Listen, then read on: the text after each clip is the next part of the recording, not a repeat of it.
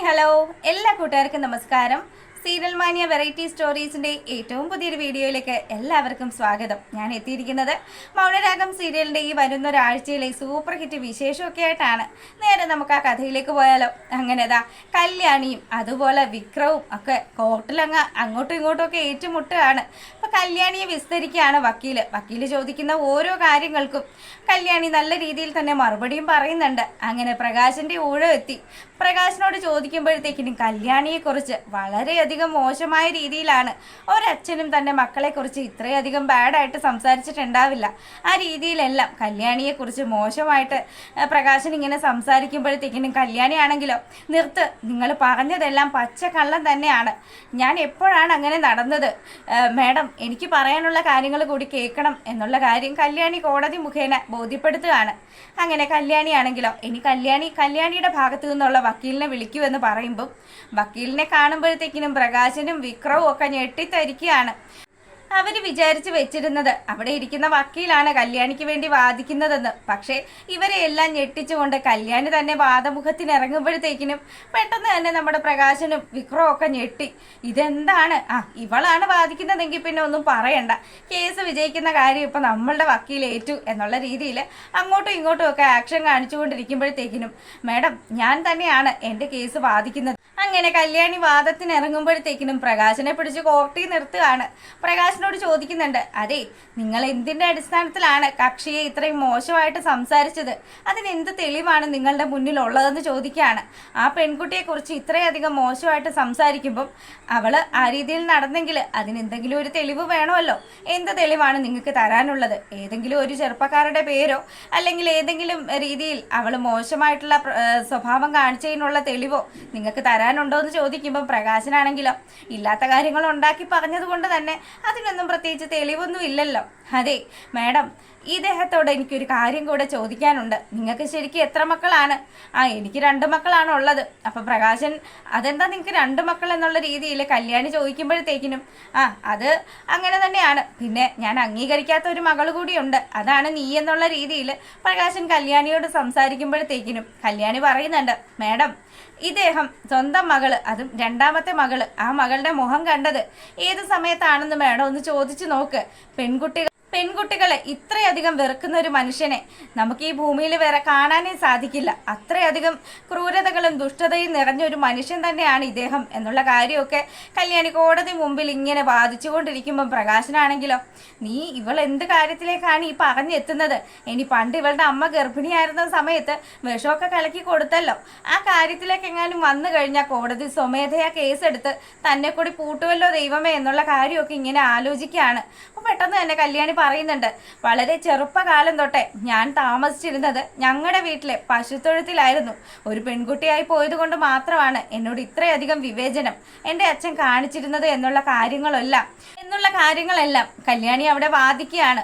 ഈ സമയത്താണെങ്കിലോ പ്രകാശം പറയുന്നുണ്ട്, അതെ, എനിക്ക് താല്പര്യമില്ലാത്ത മറ്റാൾക്കാരുമായിട്ട് വഴക്ക് കൂടി നടക്കുന്ന തെമ്മാടിയായിട്ടുള്ള ഈ പെണ്ണിനെ, ഇവളെ എനിക്ക് ഇഷ്ടമല്ലായിരുന്നു. അതിനിപ്പോൾ എന്താ തെറ്റെന്ന് ചോദിക്കും. അവിടുത്തെ ജഡ്ജി പറയുന്നുണ്ട്, എല്ലാ മക്കളും ഒരുപോലെ തന്നെയല്ലേ പ്രകാശ? നിങ്ങൾ എന്തിനാ മക്കളെ ഇങ്ങനെ വേർതിരിച്ച് കാണുന്നത്? അതെ മാഡം, സംസാരശേഷി പോലും ഇല്ലായിരുന്നു ഇവൾക്ക്. അപ്പോൾ പെട്ടെന്ന് കല്യാണി ഇടപെടുന്നുണ്ട്, സംസാരശേഷി ഇല്ലാതെ ആയത് എങ്ങനെയാണ് എന്നുള്ള കാര്യം നിങ്ങളെ എന്നെ കൊണ്ട് പറയിപ്പിക്കണമെന്ന് ചോദിക്കുമ്പോഴത്തേക്കിനും ആ കാര്യം കേൾക്കുമ്പോൾ നമ്മുടെ പ്രകാശനാണെങ്കിൽ ഒന്നും മിണ്ടാതെ നിന്നു കേട്ടോ. ഇനിയിപ്പോൾ പറഞ്ഞു കഴിഞ്ഞാൽ അമ്മയും താനും കൂടി കൊടുത്ത വിഷത്തിൻ്റെ കണക്കൊക്കെ ഇവള് പറഞ്ഞാലോ എന്നുള്ള പേടിയാണ് പ്രകാശന്. അങ്ങനെ അവിടെ അങ്ങോട്ടും ഇങ്ങോട്ടും ഒക്കെ ഓരോ കാര്യങ്ങൾ പറഞ്ഞ് ഫൈറ്റ് ചെയ്യുമ്പോഴത്തേക്കിനും എൻ്റെ മകൻ, എൻ്റെ വിക്രമാദിത്യൻ, അവൻ രക്ഷപ്പെടുന്നത് അത് ഇവൾക്ക് സഹിച്ചില്ല. അതുകൊണ്ട് മാത്രമാണ് ഇവൾ എൻ്റെ മകനെ ഇത്രയും ആൾക്കാർ നോക്കി നിൽക്കെ തല്ലിയത്. ഇവളെ അങ്ങനെ വെറുതെ വിട്ടാൽ പറ്റില്ല മാഡം. ഇവൾ ചെയ്തതിന് കടുത്ത ശിക്ഷ തന്നെ ഇവൾക്ക് കൊടുക്കണം. ഇനി ഒരുത്തൻ്റെ മുഖത്തും ഇവൾ കൈപൊക്കി അടിക്കാനുള്ള അവസരം ഉണ്ടാകരുത് എന്നുള്ള കാര്യം പ്രകാശൻ അവിടെ കോടതി മുഖേന പറയുമ്പോഴത്തേക്കിനും പെട്ടെന്ന് തന്നെ നമ്മുടെ കല്യാണി പറയുന്നുണ്ട്, നിങ്ങളുടെ മകൻ എന്ന് നിങ്ങൾ പറയുന്നുണ്ടല്ലോ, നിങ്ങളുടെ മകൻ നല്ലവനാണോ എന്ന് ചോദിക്കുകയാണ്. അപ്പോൾ പെട്ടെന്ന് തന്നെ എൻ്റെ മകൻ എന്താണ് പ്രശ്നം, അവൻ വളരെ നല്ലൊരു ചെറുപ്പക്കാരൻ തന്നെയാണ്, പിന്നെ ചില ആൾക്കാർ ചേർന്ന് കള്ള കേസുകളൊക്കെ ഉണ്ടാക്കിയെന്നല്ലാതെ എൻ്റെ മകൻ വളരെ നല്ലൊരു പയ്യൻ തന്നെയാണ് എന്നൊക്കെ പ്രകാശനും പറയുന്നുണ്ട്.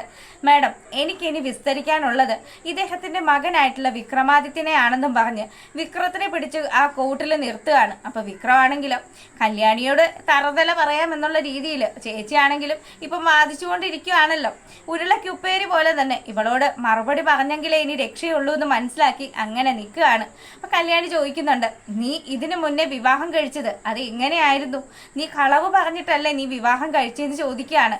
അപ്പം വിക്രം പറയുന്നുണ്ട്, ഞാൻ അങ്ങനെയുള്ള ഒരു കളവും ചെയ്തിട്ടില്ല, ആ പെൺകുട്ടി വിവാഹത്തിന് മുമ്പേ ഗർഭിണി ആയില്ലേന്ന് ചോദിക്കുമ്പം അതങ്ങനെ ഒരു അബദ്ധം പറ്റിപ്പോയതാണെന്നും വിക്രം പറയുന്നുണ്ട്. അങ്ങനെ കാര്യങ്ങൾ അങ്ങോട്ടും ഇങ്ങോട്ടും ഒക്കെ സംസാരിക്കുമ്പോഴത്തേക്കിനും പെട്ടെന്ന് തന്നെ കല്യാണി പറയുന്നുണ്ട്, ആൽബിയുടെ തലക്കടിച്ചത് ഇവൻ തന്നെയാണെന്ന് വ്യക്തമായ ഒരു തെളിവുണ്ട്.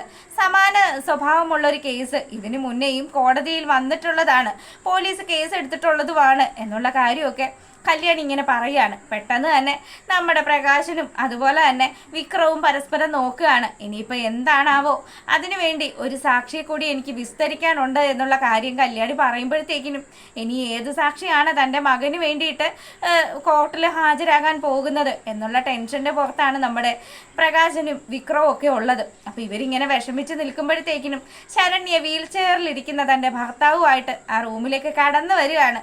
അങ്ങനെ അവളുടെ ഭർത്താവിനെ കാണുമ്പോഴത്തേക്കിനുമാണ് വിക്രത്തിന് ഇതുവരെ താൻ ചെയ്തു കൂട്ടിയ എല്ലാ തെറ്റുകളും മനസ്സിലാകുന്നത്. വിക്രം അവിടെ പേടിച്ചു വിറച്ച് നിൽക്കുന്ന ആ ഒരു സമയത്താണെങ്കിലോ കല്യാണിയാണെങ്കിലോ ഒരു തരി പോലും പതറാതെ അദ്ദേഹത്തെ വിസ്തരിക്കാനുള്ള അനുവാദം കോടതിയോട് വാങ്ങിക്കുകയാണ്. അപ്പം അങ്ങനെ കല്യാണി അദ്ദേഹത്തെ വിസ്തരിക്കുകയാണ്. അപ്പം നടന്ന സംഭവങ്ങളെല്ലാം പുള്ളിക്കാരൻ പറയുന്നുണ്ട്.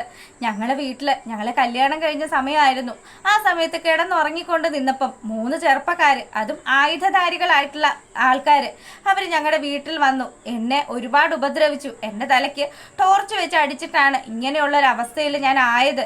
അതുകൊണ്ട് തന്നെ എൻ്റെ ജീവിതം മൊത്തം കുട്ടിച്ചോറായി എന്നുള്ള കാര്യമൊക്കെ പുള്ളിക്കാരൻ ഇങ്ങനെ പറയുമ്പോഴത്തേക്കിനും ശരണ്യാണെങ്കിലോ ശരണ്യയും അതിനോടൊപ്പം തന്നെ അന്ന് അനുഭവിച്ച വിഷമങ്ങളെല്ലാം പങ്കുവയ്ക്കുകയാണ്.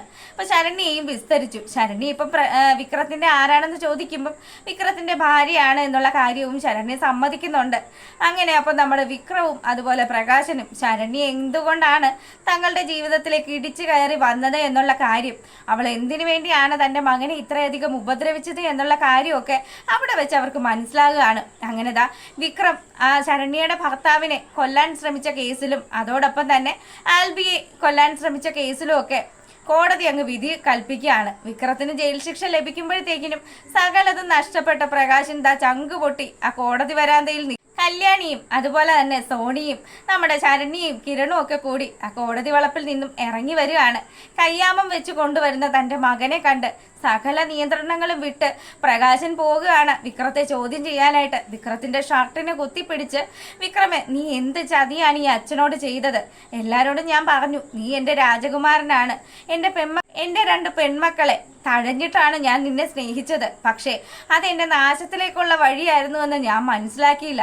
എന്തായാലും നീ ഇത്രയധികം ഒരു ദുഷ്ടതരമുള്ളവനാണെന്ന് അച്ഛന് മനസ്സിലായില്ല മോനെ എന്നൊക്കെ പറഞ്ഞ് വിക്രത്തിനെ ഇങ്ങനെ ഇട്ട് ഒലയ്ക്കുകയാണ്. അപ്പം പോലീസുകാർ പറയുന്നുണ്ട്, മതി ദേഹത്തോട്ടുള്ള കളിയൊക്കെ മതി, മാറി നിൽക്കെന്നും പറഞ്ഞ് പ്രകാശിനെ തള്ളി അങ്ങ് മാറ്റി നിർത്തുമ്പം വിജയശ്രീ ലാളിതയായി കല്യാണിത കോടതിയുടെ പുറത്തേക്ക് വരികയാണ്.